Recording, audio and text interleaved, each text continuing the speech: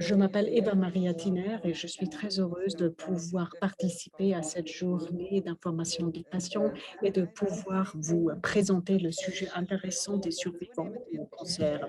C'est un sujet qui va nous préoccuper de plus en plus parce qu'il y a de plus en plus de survivants en Suisse. Le nombre de survivants exact, on ne peut que l'estimer, mais nous savons que dans le domaine de l'oncologie enfantine, nous faisons de plus en plus de progrès. Vous le voyez d'ailleurs, dans les années 70, on n'avait que 60% des enfants qu'on a traités qui ont atteint l'âge adulte. Entre-temps, c'est déjà 85% des enfants qui peuvent atteindre l'âge adulte. Dans la comparaison internationale, la Suisse est parmi les premiers. Lorsque vous allez extrapoler le tout, vous allez constater qu'en Suisse, entre 5 000 et 6 000 personnes ont eu un cancer lorsqu'ils étaient enfants. Lorsqu'on rajoute encore les adultes, on a des chiffres qui dépassent les 220 000. La question qui se pose est la question suivante: pourquoi est-ce qu'il faut un suivi tout au long de la vie une fois qu'on a souffert de cancer lorsqu'on était enfant? Dans le domaine de l'oncologie pédiatrique, où on se penche sur ce sujet depuis très très longtemps, on sait que 4 sur 5 patients qui ont souffert d'un cancer enfant vont avoir une maladie qui menace leur vie. Et la question qui se pose est la question de savoir pourquoi ça arrive. Il y a différents facteurs à risque. D'une part, c'est la maladie oncologique dont a souffert la personne, ou à quel niveau du corps se trouvait la maladie, à quel stade la maladie a été détectée, ensuite le traitement. Chez nous, c'est surtout ou bien la chimiothérapie ou bien la radiothérapie ou des interventions chirurgicales. Et puis le patient proprement dit, est-ce que c'était un garçon, une fille, quel a été l'âge de la personne traitée, quels ont été ses antécédents et quelle est la disposition génétique de cette personne.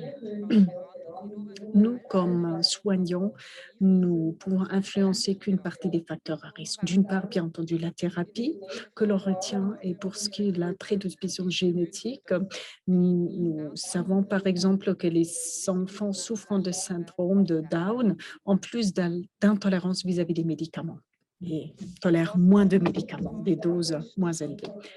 Il faut savoir que les thérapies ont également leur coût. Nous le savons et nous savons que les thérapies que nous utilisons ont des effets secondaires. Tous les médicaments que nous utilisons chez nous sont assez vieux, existent depuis 30 à 60 ans. Nous savons très bien que ces médicaments rouges que vous voyez là, par exemple, vont affaiblir le muscle cardiaque. Ensuite, il y a des médicaments qui vont réduire la salive, produire des caries. Ensuite, nous avons des médicaments qui vont influencer la densité osseuse, ce qui provoque l'océropose.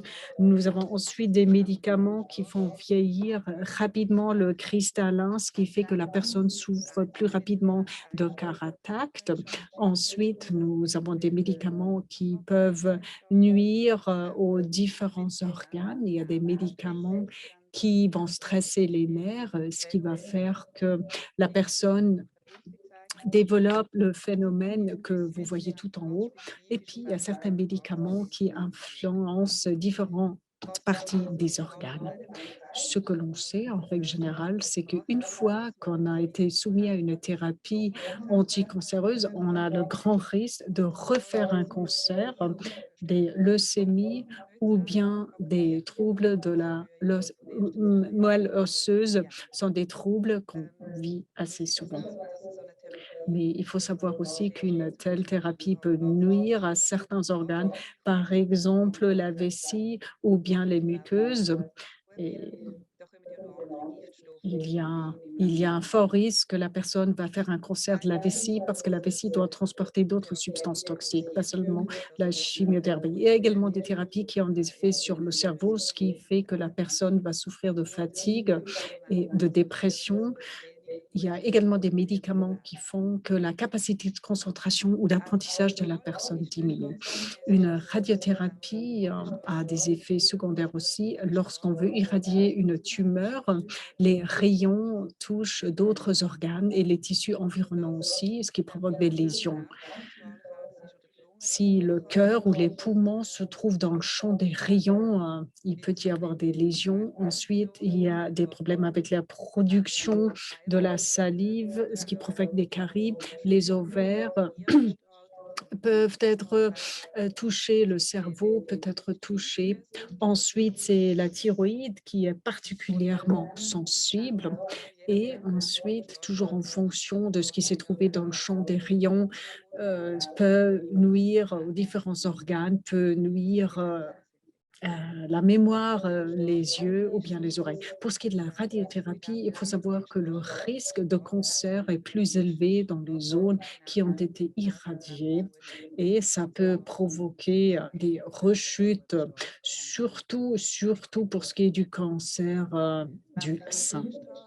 Lorsqu'il faut irradier des enfants, toute la zone qui a été irradiée va croître moins rapidement que le reste de l'enfant, ce qui peut provoquer ces déformations telles que vous voyez ici chez le petit garçon. Et lorsqu'il y a des radiothérapies au niveau de la tête, le patient peut souffrir de fatigue intense. Dans le domaine de la chirurgie, nous souhaitons toujours sauver des vies et la survie est l'essentiel, mais ça peut avoir des conséquences graves. Et on fait des choses qu'on ne ferait pas.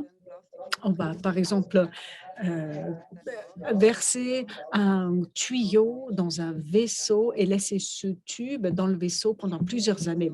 Une fois qu'il y a eu ce tube dans le vaisseau pendant plusieurs années, le vaisseau risque de changer. Parfois, il faut carrément amputer des membres, ce qui peut avoir des conséquences graves ou avoir faire des opérations pareilles où on va conserver un membre mais qu'il faut ensuite poser une prothèse. On peut s'imaginer que d'autres opérations seront nécessaires si jamais il va y avoir des infections au niveau de la prothèse.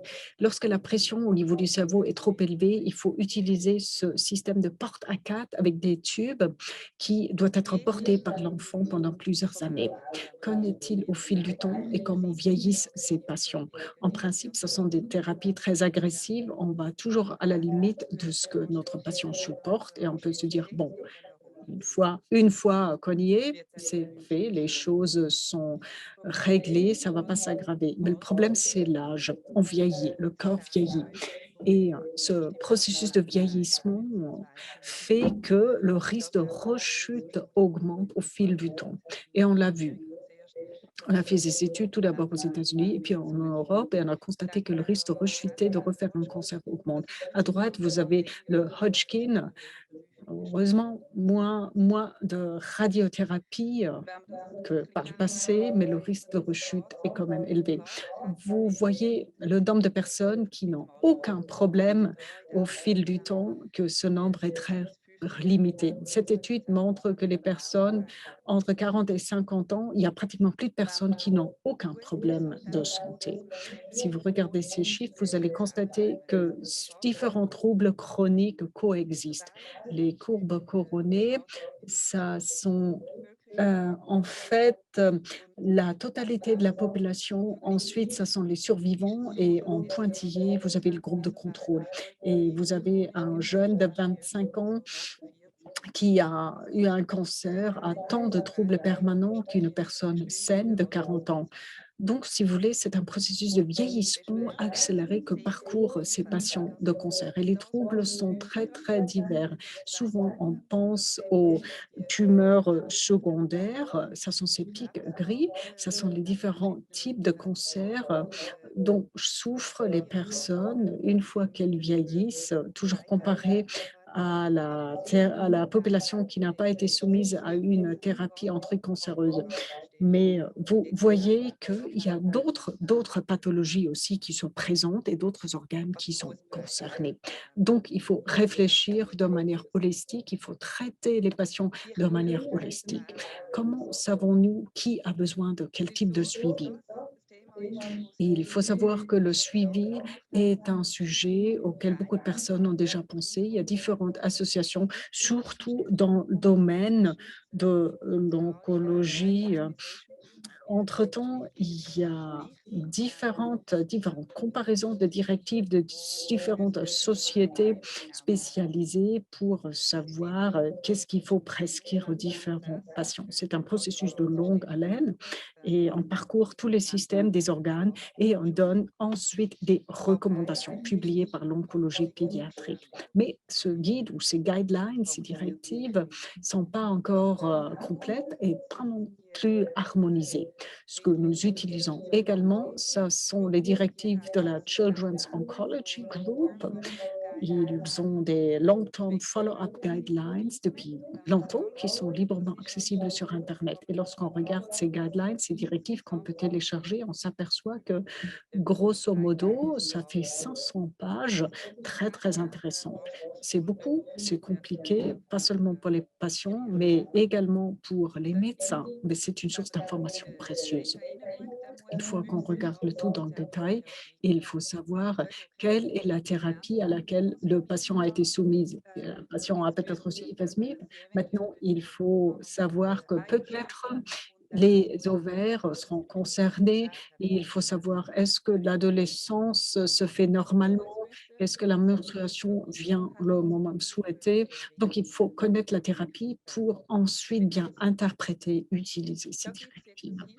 Ensuite, il y a un outil, c'est un programme qui a également été développé par ce Children's Oncology Group. C'est un programme qu'on peut utiliser. Ce programme vous permet de saisir un petit résumé de la maladie dont a souffert la personne et ensuite on peut surtout y saisir tous les détails de thérapie, donc l'ensemble de tous les médicaments, la dose cumulative et ensuite on peut extrapoler le tout en fonction de la taille du patient, poids du patient pour pouvoir comparer les patients. Ensuite, on peut saisir les interventions chirurgicales, les chimiothérapies, les radiothérapies et autres. Une fois qu'on a saisi toutes ces thérapies, le programme va calculer des directives, on va bien vous les interpréter. Le problème, c'est que c'est assez sophistiqué. Vous voyez encore les anciens documents qui se présentent comme ça. Il faut plusieurs heures avant de pouvoir récolter toutes les informations et avant de pouvoir les saisir. Mais une fois qu'on les a saisies, on a toutes les directives en ordre alphabétique. On peut parcourir tous les systèmes des organes et voir comment est-ce qu'on peut concevoir le suivi. Par exemple, un suivi qui se fait tous les 6 mois pour ne pas manquer des points de contrôle importants. Le minimum, c'est tous les 2 ans. Ce qui est vraiment génial avec ce système, c'est que les patients peuvent également accéder à ce programme.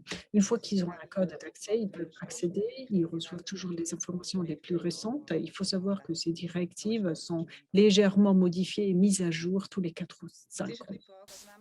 Bon, une fois qu'on a une telle liste, et c'est comme un livre de recettes, voilà, à tel et tel moment, il faut passer au suivi. Est-ce que ça suffit? Nous avons regardé une étude où on a formé 2 groupes, 35 patients dans chaque groupe. Il y a un groupe qui avait ce passeport, qui était voir un médecin de famille, l'autre est allé voir un spécialiste et on a vu combien des examens recommandés ont été faits dans quel groupe. Et on voit une grande différence. Dans le groupe avec le passeport et la consultation, presque tous les examens ont été faits,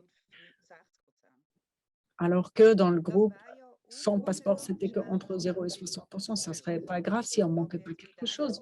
Mais dans ce groupe où on n'a pas fait le suivi nécessaire, on a découvert on a découvert un effet tardif grave, c'était un cataracte. Et lorsque les personnes sont suivies plus étroitement, on découvre beaucoup, beaucoup plus d'effets tardifs. Que souhaitent avoir les survivants? Dans le domaine de l'oncologie pédiatrique, les survivants se sont rencontrés et ont rédigé cette déclaration de Dublin. Et ils ont dit qu'ils voudraient bien avoir de bonnes cliniques de suivi, ils voudraient bien avoir un suivi individualisé, personnalisé, et ils voudraient bien être informés du traitement et ils voudraient bien discuter des antécédents ainsi que du futur. Ils voudraient bien avoir un soutien psychosocial digne de confiance et ils voudrait bien avoir une communication active, honnête. Le patient voudrait bien être pris au sérieux comme patient. En même temps, le patient voudrait bien qu'on s'engage pour eux. Il voudrait bien être traité comme le reste de la société en bonne santé. Et les patients voudraient bien lutter contre les préjugés qu'on a vis-à-vis des survivants. Voilà, c'est assez exigeant et nous allons essayer de satisfaire à ces exigences avec cette consultation que nous avons prévue. Nous proposons une consultation spécialisée à Berne et une autre à Liestal, qu'on va tout de suite vous présenter. Je vous remercie beaucoup de votre attention.